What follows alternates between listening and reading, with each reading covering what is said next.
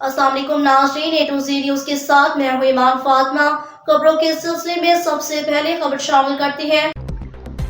Phoolnagar DJ sound union अपने मुतालबात की मंजूरी तक जदोजहद जारी रखेगी। डीजे साउंड यूनियन की दूसरी यौम तसीस में भरपूर तरीके से शिरकत करें। Member cover committee DJ sound Pakistan Shahid Nadeem Bhatt की मीडिया से गुफ्तगू।